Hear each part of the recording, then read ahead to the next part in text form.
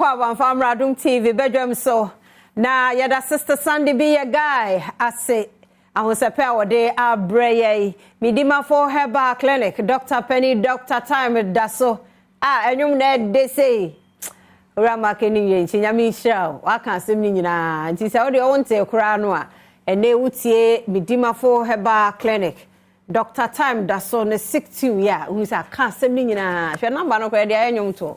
Oh, it's so powerful.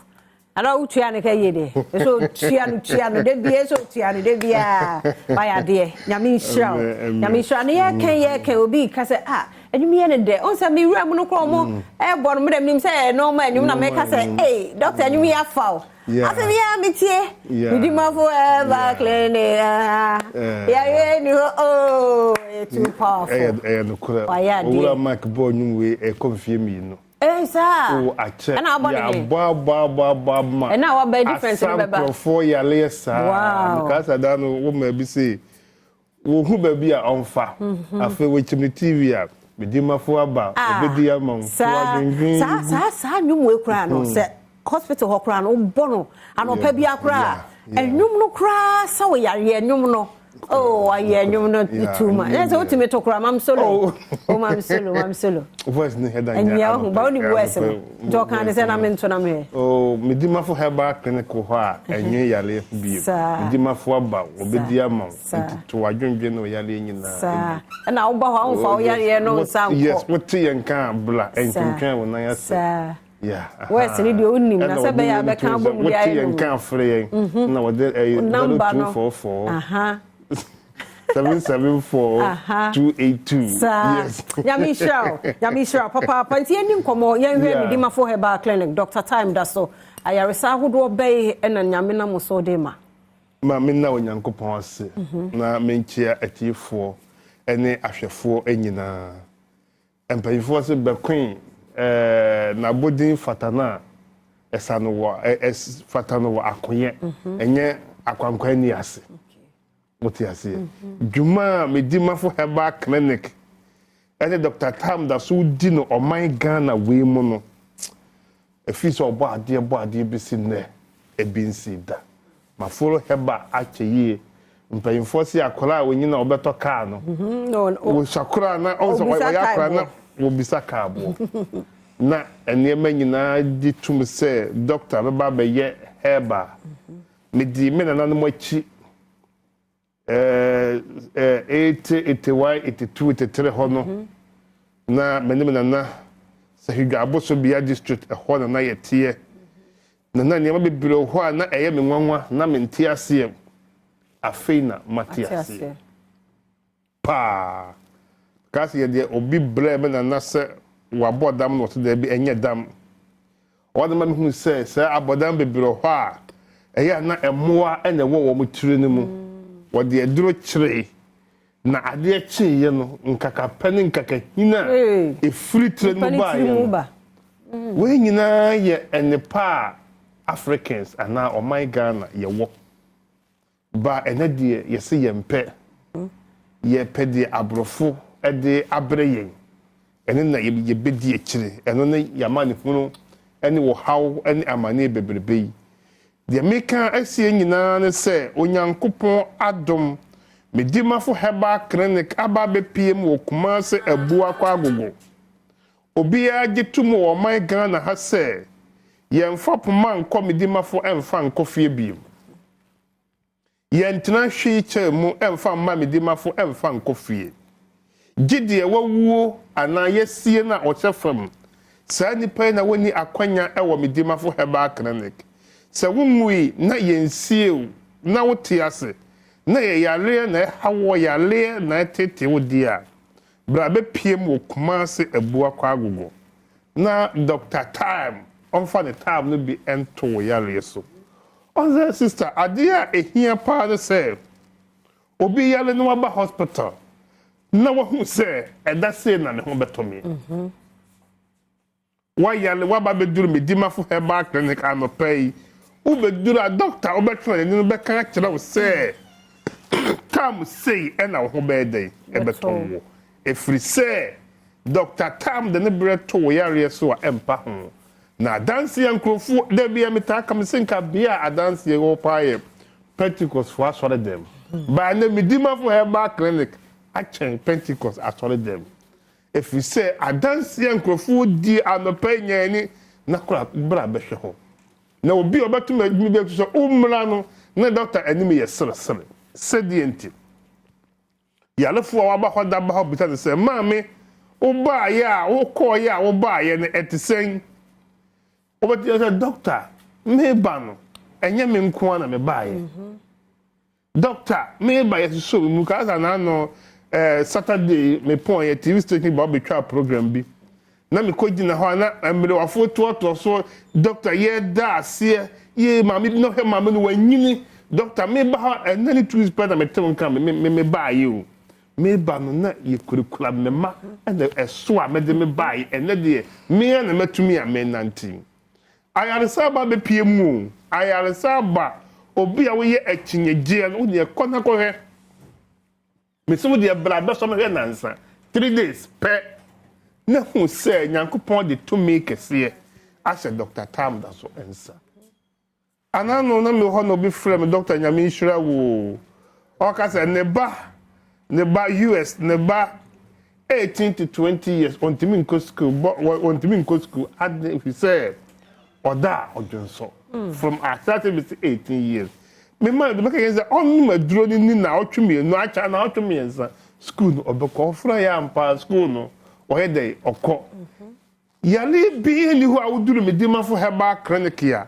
obi se wanya stroke yale na no chia anopen omra Medimafo Herbal Clinic men kan chense na otwe ananansa wanu na chia no wotena Medimafo Herbal Clinic wote doctor ne nim wo ma wadura num wote wanu na saase se etene sima be num no be mfa wanu na atene we ni tumi obo ade ade a sha bibidurum ente na ema herba eye so powerful than orthodox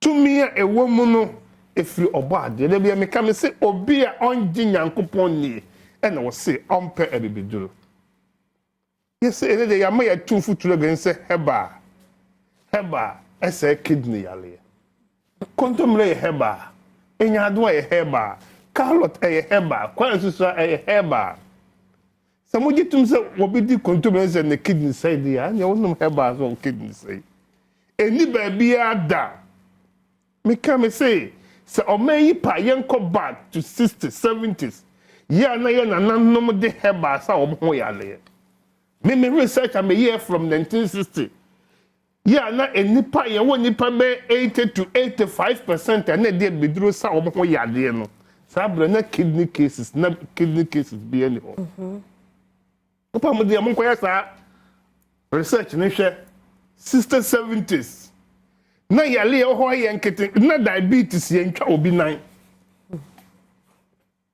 me de be am me ka diabetes ho asema ma me de twere ho book ne say manya daje akɔhwɛ ba bi omguo konfama chini kolebu uturu ho a wo be ho diabetes yetimi kwatna ekire duro ama obi yema na hotono na yetwitwa nkrofo nan yesi afedi anim dia ba enupa ba ye na nanom ye papa no ya diabetes still in pains still omuna ni ye twa diabetes eba ni senti mama yenko bad ni yenko fa bibiduro ni ehini hama no eno na tumi wom wo se muni dia na ba na habansa yale nyame anum asam ayoja ena nyankopon tumi wom a onum a ohira so ema ayaresa fu se dia wo ye ka no ka se ya ono na eye se yenji ntumi se nyankopon na boy ye dia mama yendi na asam so na ye di nyame asam so dia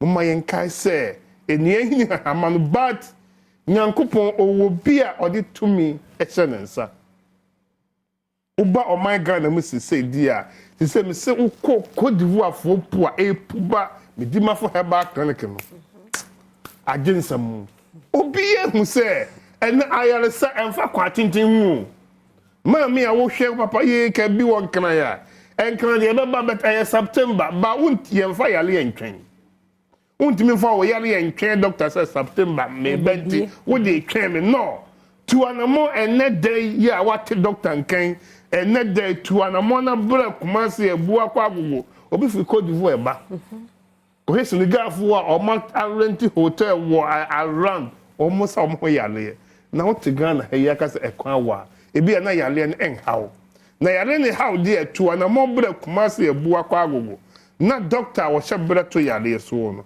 on for the time ne bi ento so yale ya obi benya wa na efi yale obese doctor mia na ntwie atwamu a menhunu enne me na mehu sa aboa ntetea na ekoi efi nifa mentumi nkan nipa dodo a omani ehuna de a Nyankopon nam doctor so enipa ye declare say omani aseye a doctor tam da so Nyankopon nam yeso ama wanya yalesa emlewafo na egudem enkokrofo na egudem wo mu huna mane me ka ma bi was a doctor me so sa na otwemi enu afi me ka tema se o mama aduane a menni every me man say ma me enwo san me ya ababa wa na afi ya fa doctor tam da so 87 years ma me na dafa ko na kisam na kinyina ayekuro na ni san so huna de ma me si woni di na man e board man hu mo na bae ma me bae na edi na otwemi enu a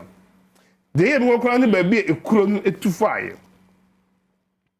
the everyone say obi 87 years you are na ni ehuna there for the past 5 years no my me ba no no to me nanteba ani monyam ka Onyankopon fi say nia ona Medimafo so ye ewo my Ghana mu no eburo nipa adwene ntiase so abubuafo enante anifrafo esna panel eya me videos bi bebelo so enye na kure ekwan a Onyankopon efa so ma me beye bibiduro no eniema nyina edi adanse efi se me mankai da bi a nyine se me ba beye heba efi se na me de mempabo na ekokwan so ekwan so Burkina na makompe bebre but enu nko de me kodu ekwan mu no obi a matwe me bibia no omo sa age ne ma no enyina anka ba kokora eho ena niema mu ye din a menya sa ediswade kunu se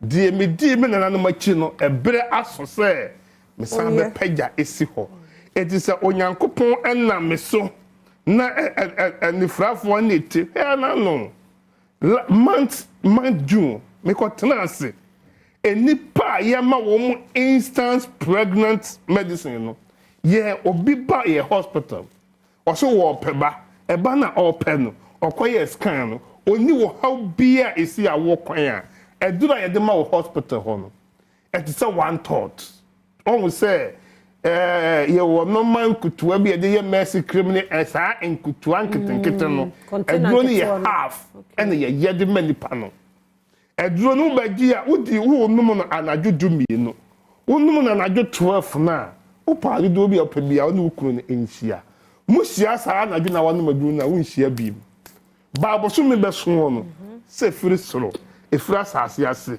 efiri mfimfin na nyinsan ne se wo po na aba betum enya num bi tua bi fa bi question fa bi frank me ka say sister baba se okoba bi kwaji awaduru nti na osole no nan because obenum bi wo wi bi fa bi frank kwai enkrakra aben kwai enkuto srabi.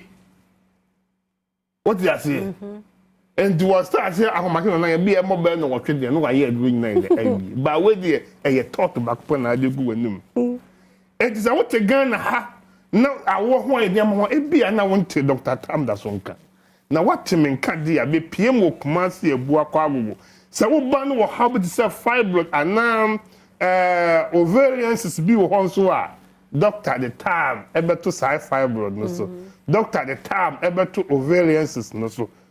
Na wachiro say fibroid ne beko ebi na otwemi ensa enti achakora bosome no na eba nti a wo baaye no Nyankopon nam yeso e de amount we mu nyina ye na dia da bia me kam say ade ya na esan ye won say obi anyinsan wie no afa na obi bi say doctor say na metua what ya obi no betima kan kire me say doctor me beji waduro na me buy no charge me ansa no de awaduro e ma me no ebi ni ho yes yinsan ne betom wie a na wa ba betua ho ka no ano no do me e cha kwan ne nya numbers no baby am wo e wo Ghana ma nyina e ye Kumasi ebu akwa agogo uduru Kumasi a baby o gina Kumasi bi aso besi ebu akwa police station wo si wo ebu akwa police station a wo se wo the police station bi woni fan bi go benkum pa agula ni fan wura benkum ka jom se me ko tab da so okay de mi hia pa ne se nansan kofo bi tumi de ka be si wo na mo de ye eyi ma mani na ho ti a metaka za mo bi mfa taya akora na wo wai on se taya akora ene wai se wa hwe ye wo bi taya akora be da na wo wai e mo bi nya wo sa ba hu se ka na watule mo e ba bi ba wo bi won so a ye hospital e ye green and white and na ye mecales wo se doctor fo ni be bire teta ho e ho e fe pa kama pa wo ti ase wo gura kwa hu se ka dia waje no e ye Medimafo obi ba kuma sa ma me abre won Onyankopon fa ma me kransie yi na oba Medimafo ne man se won twen na what no mate doctor nke de meko man kokora ade ntimi oba ya na ni nyenti so okoman fa ba bi oduru ye oso one ne man kasa man ne man se won bu sa e hoye time da so o mo se fin